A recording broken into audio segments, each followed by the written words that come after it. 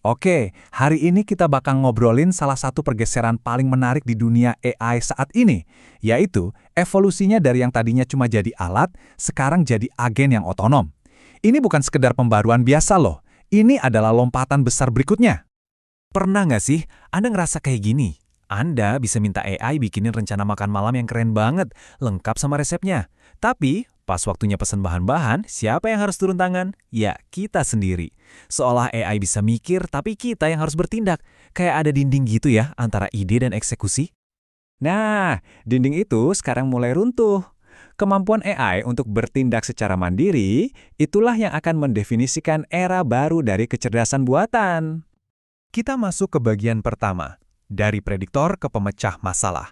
Ini tuh pergeseran yang fundamental banget dari AI yang cuma bisa jawab pertanyaan, jadi AI yang benar-benar bisa bertindak. Kutipan ini benar-benar pas banget. Kita pindah dari AI yang cuma bisa ngerjain satu tugas kecil kalau disuruh, ke sebuah software yang bisa menangani masalah dari A sampai Z.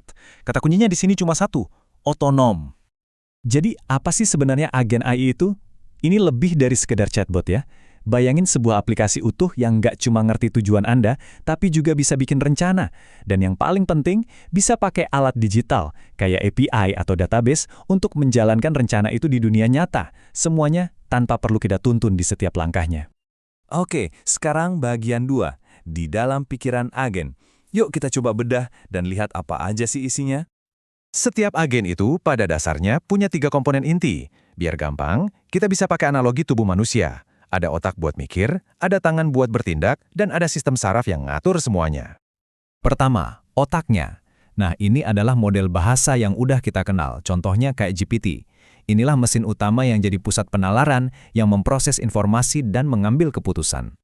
Terus, tangannya, nah ini nih yang jadi pembeda utamanya. Alat atau tools ini adalah jembatan si agen ke dunia nyata. Bisa berupa API buat pesen tiket, akses kalender Anda, atau ngambil data dari database. Inilah yang bikin si agen bisa melakukan sesuatu, bukan cuma ngomong doang. Dan yang terakhir, sistem sarafnya. Lapisan orkestrasi ini tuh kayak manajernya. Dia yang menjalankan siklus kerja, ngelola memori, dan bikin keputusan penting. Oke, sekarang gue harus mikir lagi. Atau udah waktunya pakai alat. Bagian 3, siklus pikir tindak amati. Jadi, gimana caranya ketiga komponen tadi kerja bareng? Semuanya bermuara pada sebuah siklus yang simpel tapi kuat. Pikir, tindak, amati. Ini adalah siklus kerja inti dari setiap agen. Prosesnya selalu dimulai dengan sebuah misi. Dari situ, dia akan memindai situasi, menyusun sebuah rencana, lalu mengambil tindakan. Dan yang paling penting, dia akan mengamati hasilnya untuk belajar dan mengulang siklus itu lagi sampai misinya selesai. Biar lebih kebayang, kita pakai contoh praktis aja ya. Misalkan Anda nanya ke agen customer service, pesanan saya nomor 12345 di mana ya? Sebelum bertindak, si agen ini bakal mikir dulu. Dia bikin rencana. Oke, pertama, gue harus cari dulu pesanan ini. Kedua, gue lacak pakai data ekspedisi. Ketiga, baru gue laporin statusnya ke pengguna. Dia nggak asal nebak, tapi bikin strategi.